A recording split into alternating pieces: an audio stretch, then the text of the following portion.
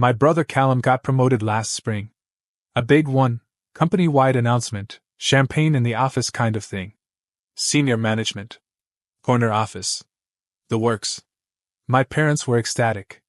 They took him and his girlfriend on a week-long luxury cruise through the Mediterranean. Full package. 5-star everything. They posted photos every day, dinner on the deck, matching robes, sunset toasts with captions like, "So proud of our boy." I liked the photos. Sent a congrats message. Even called Callum before they left to say, "Well deserved, man." And then I went back to work. 3 months later, I got promoted too. Not quite as flashy as Callum's, but still big. I was moved into a lead role at my firm's analytics department.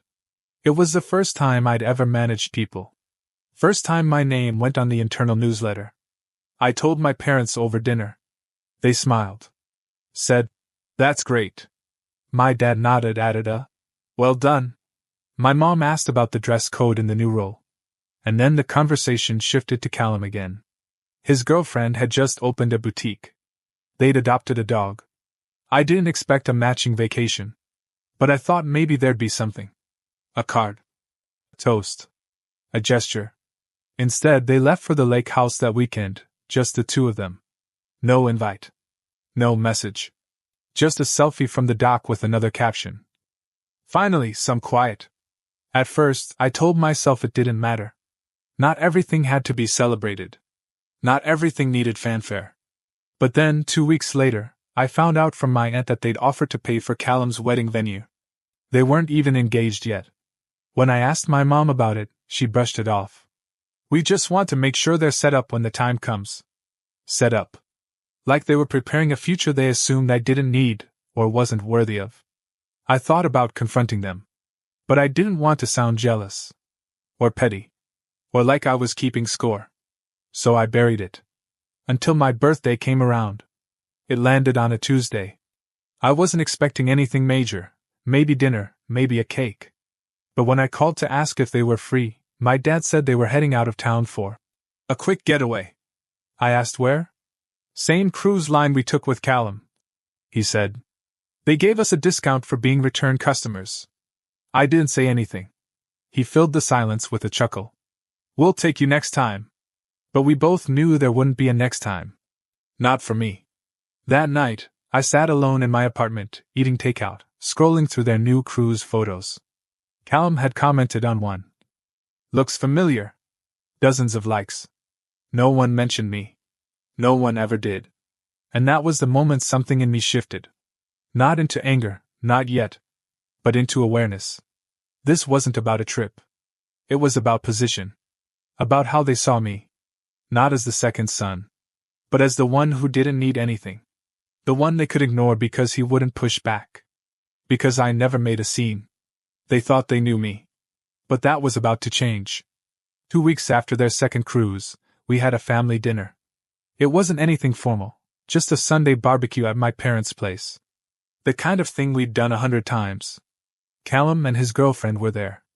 So were 2 aunts, an uncle, and our cousin Sam. I almost didn't go. But something in me wanted to see if they'd say anything. If the vacation photos posted over my birthday came with even a sliver of apology. An acknowledgement. A late toast. Anything. Instead, I got a nod from my dad and a half hug from my mom. No. Happy birthday. No. How's the new role? No. Let's sit down and catch up. The topic of the night was, again, Callum. His company had asked him to speak at a regional leadership summit. My parents beamed as he described the invite, the guest list, and the keynote lineup. Everyone clapped. Someone asked if he was nervous. His girlfriend said, "He was born for this." I took a sip of beer and watched. No one asked about my promotion. Not even once. When the food came out, I helped carry drinks from the kitchen. No one noticed. I refilled glasses, picked up a plate someone dropped. Still invisible. At one point, my mom asked if I could take a photo of the group. I held the phone up, centered them, and saw it, a snapshot of everyone glowing, arms around each other, Callum at the center. And I, not in the frame. Literally. She didn't ask me to get in the shot. I handed the phone back and went inside under the pretense of checking a message. But I didn't come out right away. I stood in the hallway, just out of view, and listened. They were talking about Christmas plans. Callum and his girlfriend were going to take a trip abroad. Their gift to themselves, my mom said. My dad offered to chip in for the flights. Not a beat skipped. No one wondered if I'd be around. No one asked what I was doing. It was like I was a guest in the house I grew up in, useful when needed, invisible the rest of the time. That's when I decided something. I wasn't going to argue about the past. I wasn't going to ask why they treated me like a supporting character in my own family. But I was going to start responding differently. So when Christmas did come, I didn't send gifts. I didn't show up. I didn't message to explain. I let the silence speak. My mother called 3 days later. We missed you. I told her I was busy with work. You could have said something. I thought about it, I said. But then I remembered, you didn't say anything when you boarded a cruise on my birthday. She got quiet. Then said, almost defensively, it wasn't meant to hurt you. We didn't think you'd care that much. That sentence settled deep in my chest. Not because it was cruel. Because it was honest. They didn't think I'd care. Because I trained them not to. I hung up soon after, politely. Not angry. Just done. The next family event, I declined. Said I had plans?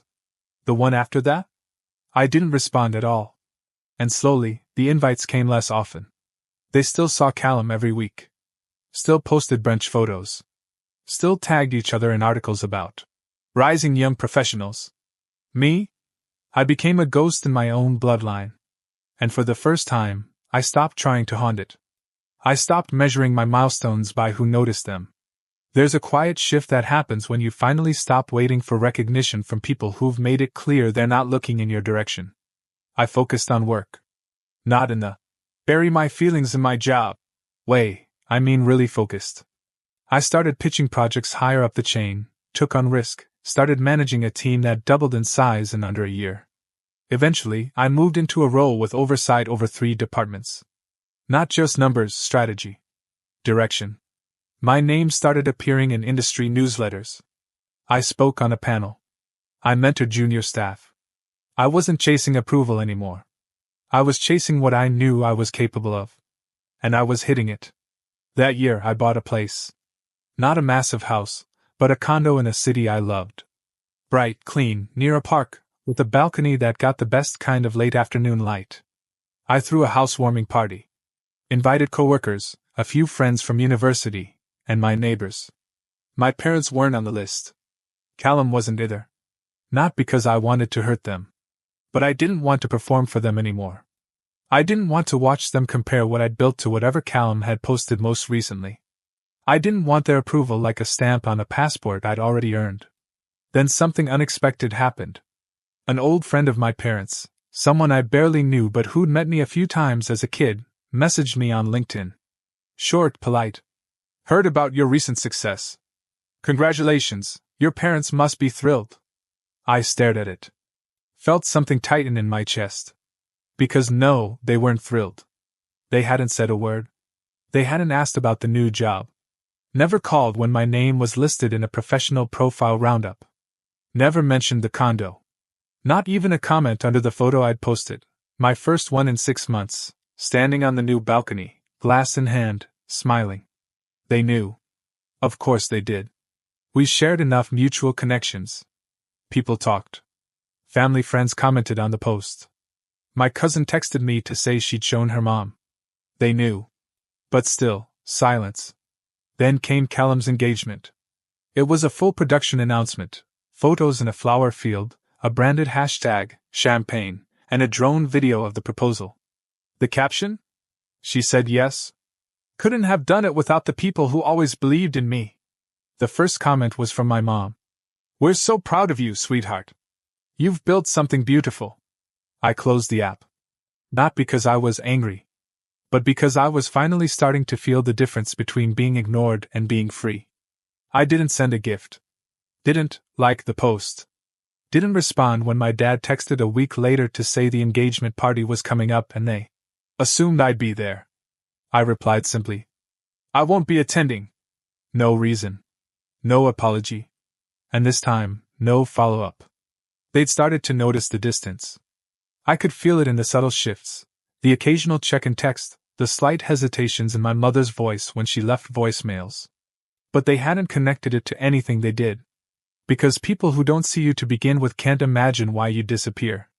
And I wasn't going out of spite. I was gone because I'd finally realized. You don't owe closeness to the people who only call it family when it's convenient. You don't owe your presence to the table where your seat has always been borrowed, never built. I wasn't chasing applause. Not anymore. But when the nomination came through, something in me still flickered, that old instinct, the one that wants someone to notice when you finally break through the ceiling they said you'd never touch. The email came from an industry organization I'd quietly respected for years. Nominee, Alexander Reed, Leadership in Tech and Analytics. I read it twice. Then just sat there. Not grinning. Not fist pumping. Just still.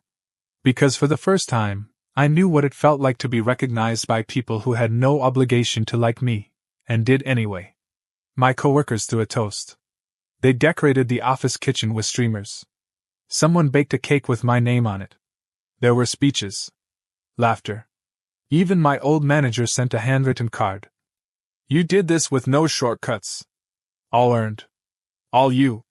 I posted a single photo, just a plaque with my name engraved on the nomination list. No caption. The comments poured in. Old friends. Colleagues. Professors. A few extended relatives I hadn't heard from in years liked the post. My parents? Nothing. Not even a text. At first, I thought maybe they hadn't seen it. But then I got a message from my cousin Layla. Saw your name on that nominee list. Told your mom. She didn't know? She did. She just didn't say anything. Or didn't want to. Or didn't think it mattered enough to pick up the phone. A week later, the awards ceremony happened. Black tie, big venue, formal photos. I didn't win, but I didn't need to. Being nominated was enough. That, and the room full of people who stood when my name was read aloud. Who saw me? All of me. And then, when I got home, I saw it. A comment on one of Callum's new posts.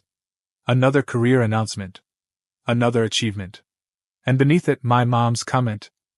We've never been prouder. The timing? 2 hours after my name was read aloud on stage. I didn't cry. I didn't scream. I just sat. And understood something that I hadn't wanted to accept, even after everything. It wasn't about me not being successful enough. It wasn't about me not being flashy. It was about roles. To them, I wasn't the golden child. I was the one who'd always make it work. The one who didn't need the support, so they didn't offer it. That night, I opened a document on my laptop and wrote a letter. Not to them. To myself. To the version of me that still wanted them to see it. Still waited for the call that would never come. You're done waiting, I wrote. You're done proving. They saw you. They just didn't want to admit it. And now you don't need them to. I never sent them the letter. Never brought up the nomination. When they eventually called, weeks later, to ask if I was coming to Callum's wedding, I said, no. My mom hesitated. He'd really like you to be there. He never asked? He assumed you'd show up. That's the problem, I said. She was quiet. Then, again, defensively. You don't have to make this so dramatic. I'm not, I said. I'm just making it honest. She didn't argue. Didn't apologize. Just ended the call with a flat. Well, take care. And that was that. No follow-up. No explanation. Just the space I'd learned to live in, this time, finally on my terms. I didn't go to the wedding. Didn't send a gift. Didn't send regrets. Didn't respond to the family group chat when someone posted a photo of Callum and his wife walking down the aisle under a canopy of sparklers. I muted the thread. They didn't ask where I was? Not directly. But 2 days later, I got a message from my cousin Sam. We hadn't talked in over a year. No falling out, just distance, the kind that happens when you live different lives long enough. Hey. Not to be weird, but... You okay? I replied. Yeah. Why? Just, everyone noticed you weren't at the wedding. Your mom looked kind of off about it. Thought you might have had a reason. I sat with that for a minute. Then wrote back. She knew I wasn't coming. Yeah, he said. But I don't think she thought you'd stick to it. That line stuck with me. Because it was true. They were used to me bending. Showing up. Filling space when no one else would. Holding the peace by being silent. But this time, I wasn't filling anything. And the absence left a shape they couldn't smooth over. Sam messaged again a day later. I talked to your Aunt Jill. She said something kind of strange. Go on. Your dad told some people that you've been doing your own thing for a while, but didn't say what that was. I stared at the message. So, they don't even tell people what I do? I guess not. She said he changed the subject really fast. It wasn't just that they weren't proud of me. They were embarrassed by what they couldn't control. I didn't fit into their version of family success. I didn't ask for help, didn't rely on them, didn't perform the role they'd scripted for me. So, rather than acknowledge my path, they pretended it didn't exist. That way, they never had to answer for why they'd supported one son with vacations, funding, and applause, and left the other to build his future from nothing. Later that week, Sam and I got coffee. He asked more questions about my work, my move, my life. Said he felt bad for not keeping in touch. I guess I thought you were too busy, he said. I was, I told him. But not for this. We sat quietly for a bit. Then he said something that landed harder than I expected. I always thought they treated you differently. I just didn't know how much of it you were carrying. That was the thing. No one ever sees the weight until you finally stop holding it. Before we parted ways, he looked at me and asked, Do you think you'll ever go back? To the family? I said. He nodded. I don't know, I answered. Maybe. But not as someone waiting to be let in. Only if I get to decide where I stand. That night, I passed the framed nomination letter on my way to bed. I used to keep it by the door so I could look at it before leaving for work, proof that I mattered. Now, it just lived there. Quiet. Present. Like me. I didn't need it to remind me anymore.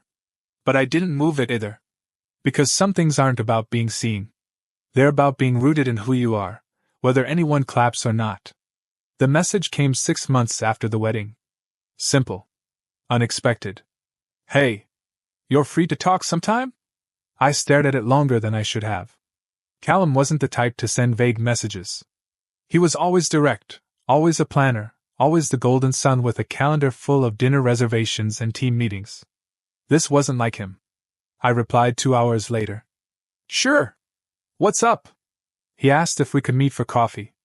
I said okay. We picked a place halfway between us.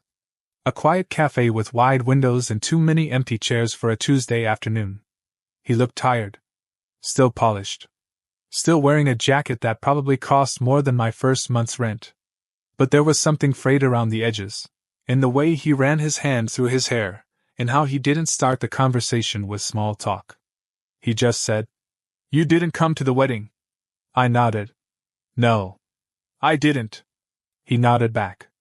No accusation? Just acceptance. I wasn't surprised, he said after a pause. But I guess I hoped you would. I know, I said.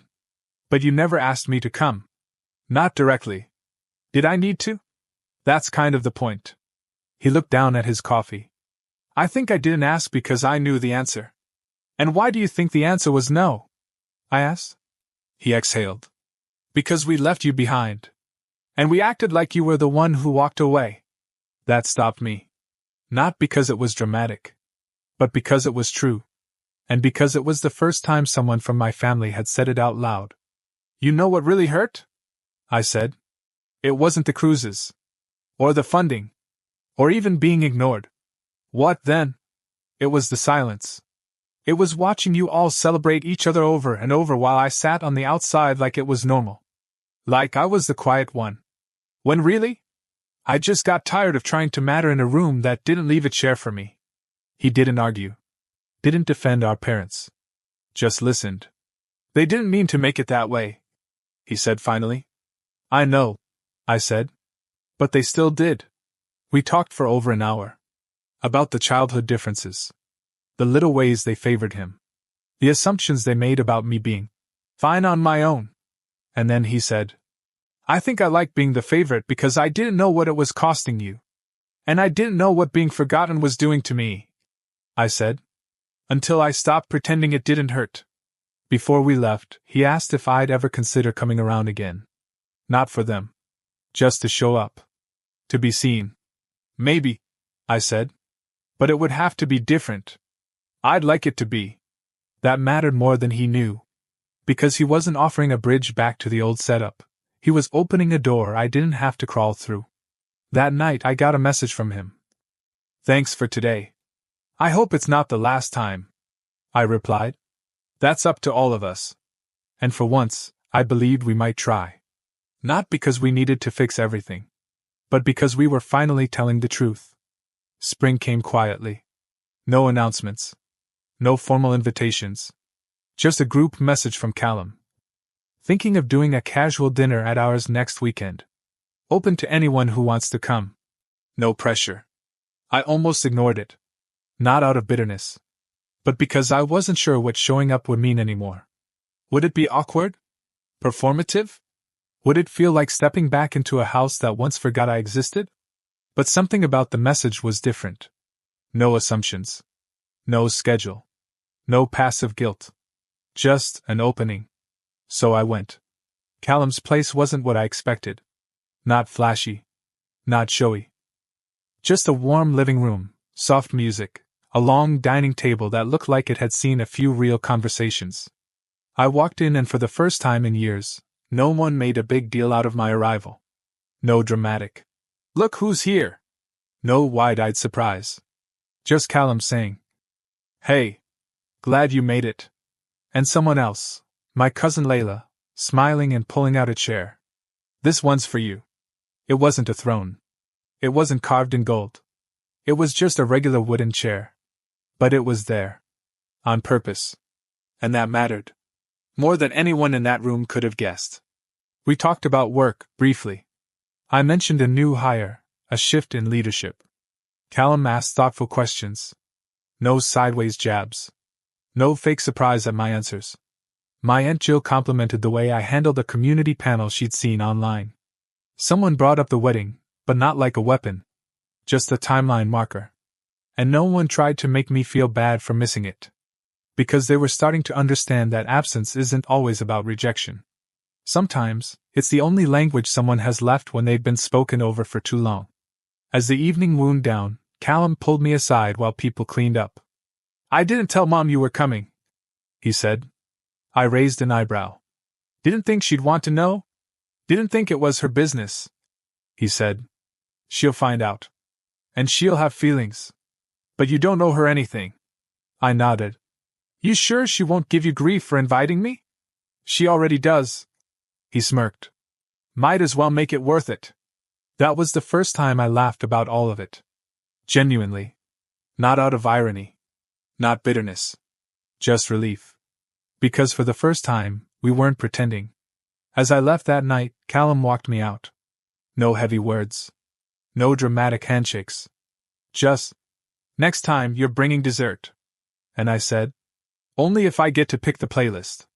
Driving home, I didn't feel triumphant. I didn't feel like I'd won some invisible war. I just felt grounded. Like I had finally stopped orbiting a family system that never built space for me, and instead, watched it slowly tilt to meet me halfway. Not because I demanded it, but because I stopped performing for it. Some things hadn't changed. My parents still weren't calling. Still posting about Callum. Still pretending that distance was a coincidence. But I no longer needed their recognition. I had built something outside their spotlight. And I had let it grow long enough that it didn't shrink under their shadow. The chair at Callum's table didn't erase what had happened. But it didn't need to. Because I didn't show up to rewrite history. I showed up to live without apology. You don't always get the apology. You don't always get the round of applause. Sometimes, all you get is your name spoken again, not as an afterthought, but as a person worth pulling out a chair for. And sometimes, that's more than enough.